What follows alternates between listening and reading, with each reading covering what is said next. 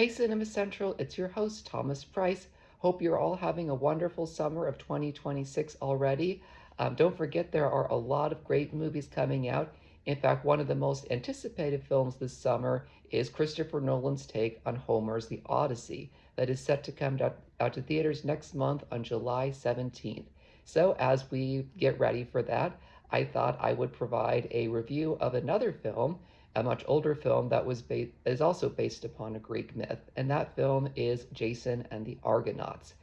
Originally released on June 13th, 1963, Jason and the Argonauts was directed by Don Chaffee and also features stop motion animation and special effects created by the great Ray Harryhausen, who would have been turning 106 this month on June 29th. So a very happy heavenly birthday to Ray Harryhausen. This film also features a great score by Bernard Herrmann, a German-born composer who actually composed music for a lot of great films directed by Alfred Hitchcock, most notably Psycho, North by Northwest, and Vertigo. And Jason and the Argonauts also features a stellar cast, including Todd Armstrong, Nancy Kovac, Gary Raymond, Lawrence Naismith, Jack Wilm, and of course, Honor Blackman as Queen Hera, the Queen of the Gods. But honestly, the main stars of the film, of course, are Ray Harryhausen's own stop-motion monsters, including 7 skeleton warriors, a bronze titan called Talos, a pair of bat-winged harpies, as well as a hydra with 7 heads.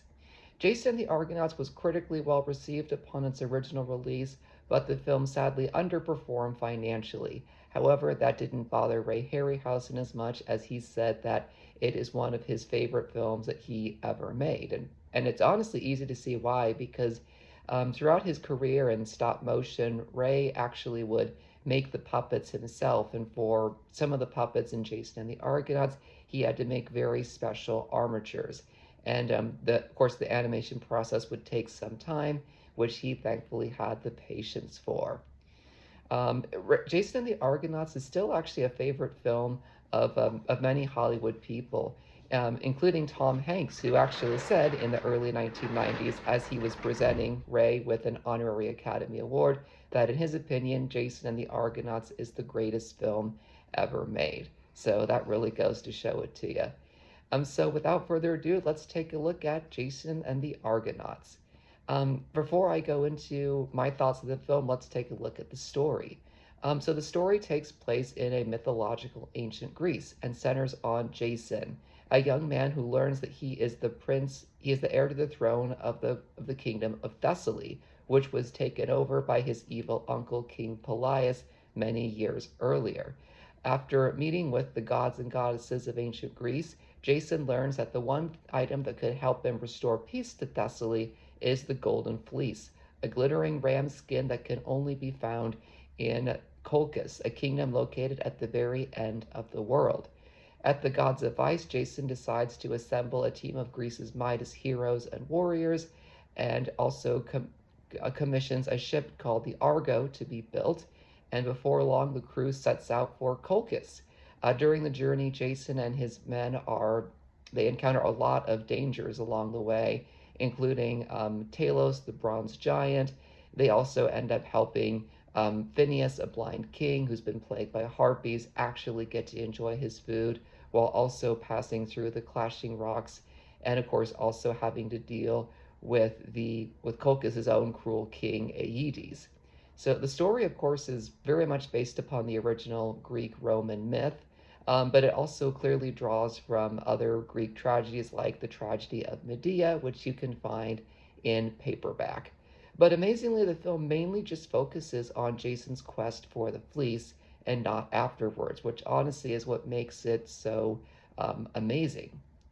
So the story itself is very strong, but what I really think makes the film stand out, of course, are Ray's puppets for the film, especially the Hydra. He literally made a special armature that could hold 7 individual heads that he had to animate separately. Considering that stop motion animation takes a lot of time and patience, it really is amazing that Ray was able to make the Hydra not look just believable, but also make it move believably. And of course, you also have the remarkable skeleton sword fight, which I read took Ray approximately 4 whole months to animate. You got to understand, this is long before we had CGI to animate stuff quickly. And to this day, people still largely remember Jason and the Argonauts because of the skeleton sword fight. It's absolutely amazing. And also, what makes Jason and the Argonauts stand out is the fact that Ray's special process known as dynamation, which was a split screen process that would allow him to merge his stop motion animation footage with live action footage, really was just magical, and it makes the scenes look believable, especially the scene where Jason and his remaining men fight the skeletons, and even when Jason is pitted against the Hydra. Just the way everything moves works absolutely perfectly. Yes, it may be seen as primitive compared to today's effects, but for the time it was extremely groundbreaking. Jason and the Argonauts also has an awesome score by Bernard Herrmann. It is part epic, part ominous, and part magical. It's really amazing to me that Bernard Herrmann was able to score the tracks for some of Ray's greatest films, not just Jason and the Argonauts, but also The Seventh Voyage of Sinbad, which had been released 5 years earlier. And when you listen to the scores for those films, it's truly epic and works wonders.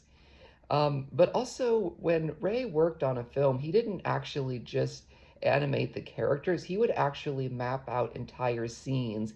And so he would be on the physical sets with the actors and actresses and tell them how they were supposed to react to certain scenes.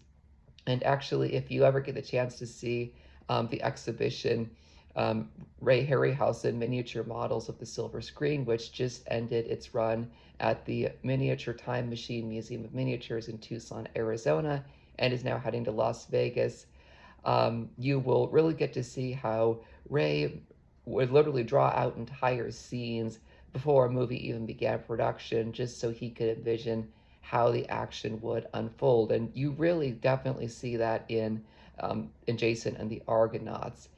Not just in the fight sequences, but even in sequences like when Jason and his crew struggle to sail through the clashing rocks, and they get some help from Poseidon, god of the sea.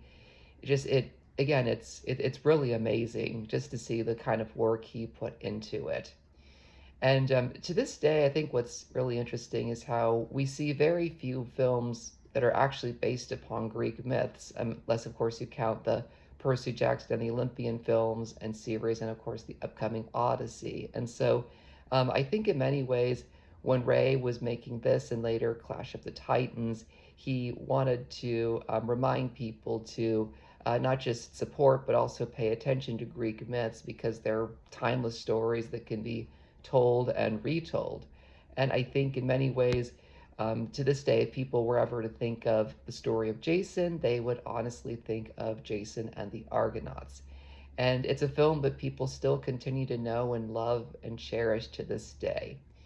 I will say it is sad to know that Ray Harryhausen didn't live long enough to see this film turn 50. He passed away just literally a whole month before at age 92, just a month shy of 93. But if he were alive today, I know that he would absolutely just be glad to see that the film still gets love, especially not just on streaming and physical media, but even television channels like Turner Classic Movies. If you've not seen Jason and the Argonauts, I highly encourage you to give it a chance. It's an epic film that really deserves to be, in my opinion, placed in the Hall of Preservation. Anyways, thank you so much for tuning in to the review today of Jason and the Argonauts. I will see you soon. And as always, this is your host, Thomas Price, and it's been a real pleasure.